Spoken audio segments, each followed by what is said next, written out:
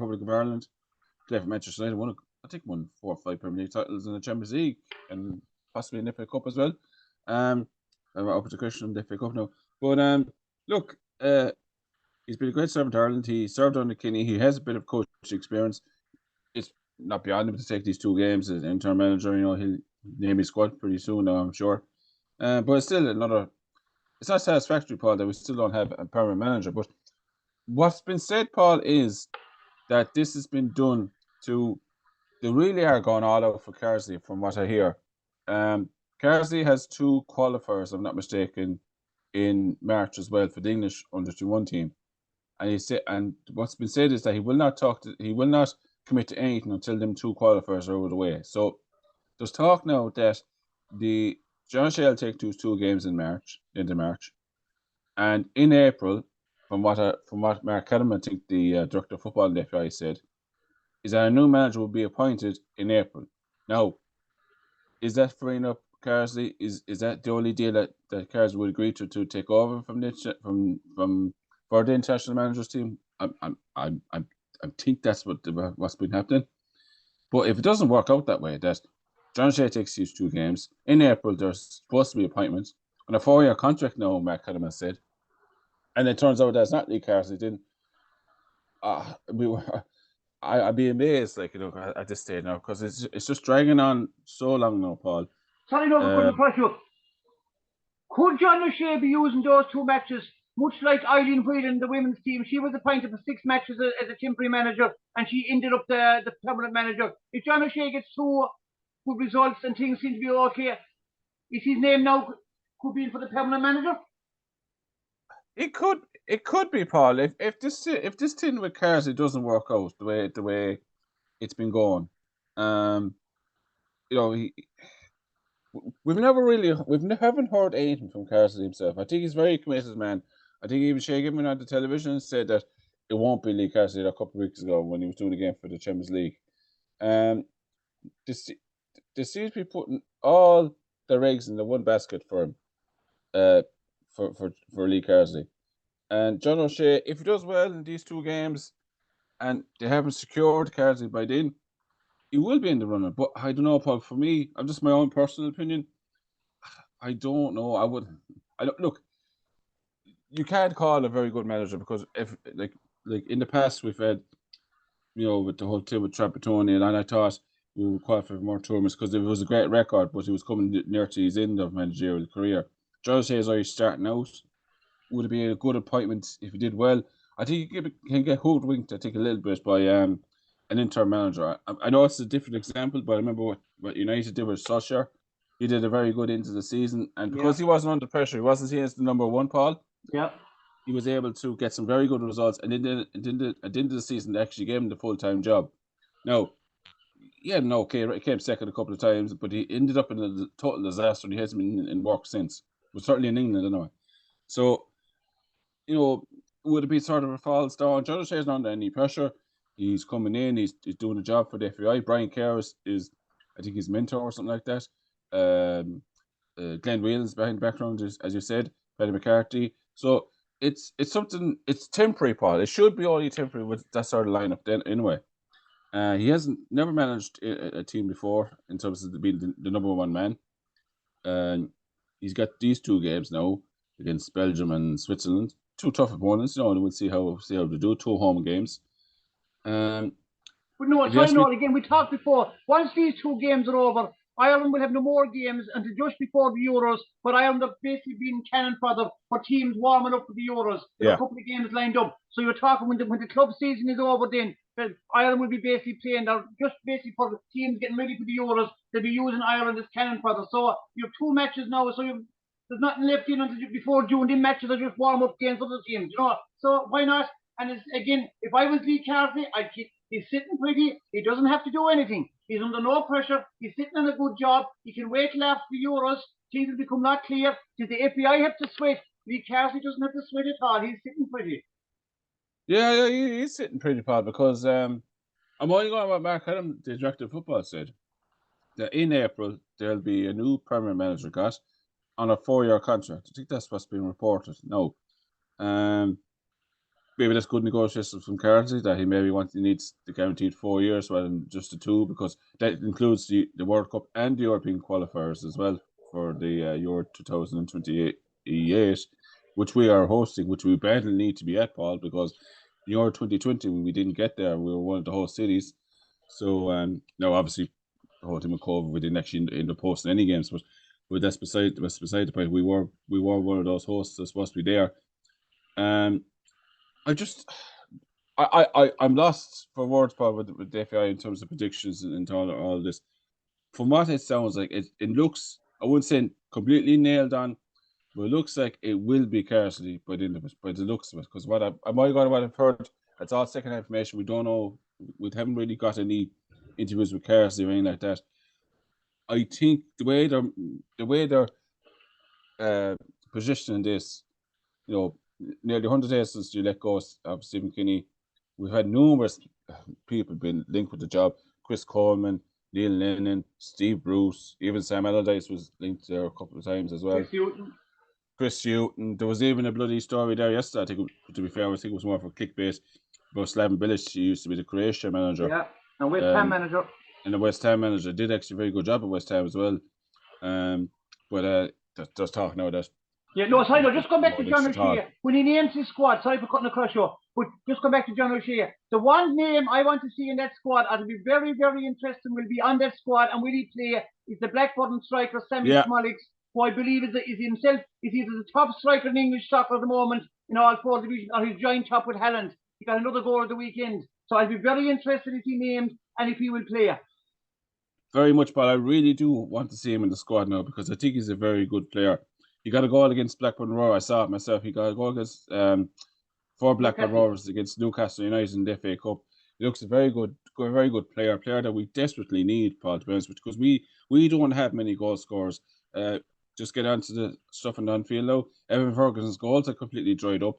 I don't think he looks fit, to be quite honest with you, Paul. No, Evan Ferguson, aside from cutting across you, he's a very young player. He's only 19 years of age. Yeah. He's always going to get a dip in form. So I fully support your analysis. We need someone there who could play and take the pressure off him. That he won't have the pressure of getting the goals fired on his shoulders, young shoulders. Yeah, I think so. I thought, Paul, his form at the start of the season was very good. He got a hat-trick against Newcastle United, but then unfortunately he got injured during that game. He couldn't play. If you remember, he couldn't play the game against Holland, and there was a game against Holland. He couldn't play, and unfortunately, I think he got injured again. He did play in the Holland away game, but he's only 19 and he's learning these strategies, as you say yourself. He's at a dip in form. His manager's actually said, all right, he needs to improve his attitude, which is never a good sign either. But I do think Sammy Smolik's, getting back to your question, he's a very good player. He's scoring goals. He's confident, Paul. We need all the confident players we can get, Paul, because a lot of the players are playing in lower division teams, like down in the Championship. If you look at like some of our defenders, like Nathan Collins, he's had a hard time at Brentford. He was a disaster against Liverpool there a couple of weeks ago. He couldn't do anything right. I think he was his fault for 2 of the goals anyway. So we've players that are probably on a low base at the moment. Even our captain, Seamus Coleman's not getting the game at Everton at the moment, because he's to be fair, he's injury prone, and he probably looking at retiring as well. But it sounds like I'm not finishing him off in any way, Paul, but he is near around the same age as McLean now. So but Smolik is the top of his form, and I'm not saying he's going to be the great goal scorer. But he's top of his form, and it'll be interesting if Blackburn don't get promoted this year. And I'm not sure will they or not. It'll be touch and go. Will he get? Will it maybe a mid-table or a lower-table Premiership club come in for Smolik next season, or will he stay at Blackburn if they don't get promoted? But at the moment he's in form, and of course there is a pressure too. He's qualified for Hungary. Hungary are in the Euros in the summertime. That'll be a big thing if he comes. I know if he plays for Ireland in a friendly match, that does not nail him down, but at the same time, it'll be a major indication. So that'll be a real test of John O'Shea now. Can he use his profile as a former Manchester United top player to get Smolik to at least line out in the friendly to be hopeful? Yeah, Kenny did call him up a couple of times, but I think there was some issue that we don't know, and I think Smolik, I think whatever happened, I think his family life is very good. I think he's had another child there recently, and he's in good form. family life and on the pitch seems to be going very well for him. So hopefully now that when he is called up, he was unlucky there a couple of times with Kenny called him up for a game against Andorra, if I'm not mistaken. Smolix was in training, unfortunately got injured. He had to return home. But hopefully now he's probably our best player in form, as you said yourself. Blackburn Rovers, I think they'll have to go on a very good run, Paul, to get the playoffs. They're unlikely to get from what you don't know. Unlikely. Yeah, unlikely to make the playoffs, Paul. I think they're down too far down, to be honest with you, near relegation rather than playoffs. But yeah, he would be someone now that Premier League teams will be looking at. Maybe the lower. Like if you were a Premier League club, Noel, and you're trying to avoid relegation next season, and you're looking for goals, you'll be thinking he's the fella you might come in for. But it depends. Maybe he's happy in Blackburn. You don't know. You just don't know. Like, we're not trying to finish him off Blackburn at all. But we need him in Ireland, though. We need him in starting games for Ireland.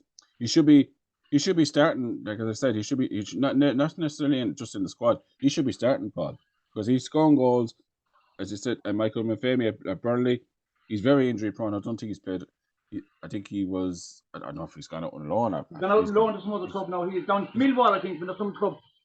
He's gone off the face of the earth altogether in terms of Premier League, and Burnley doing very badly themselves. They're down as good as relegated now. So look, we need all the best players we can get. John O'Shea, I wish him well for these 2 games. I think he's been a great servant to Ireland.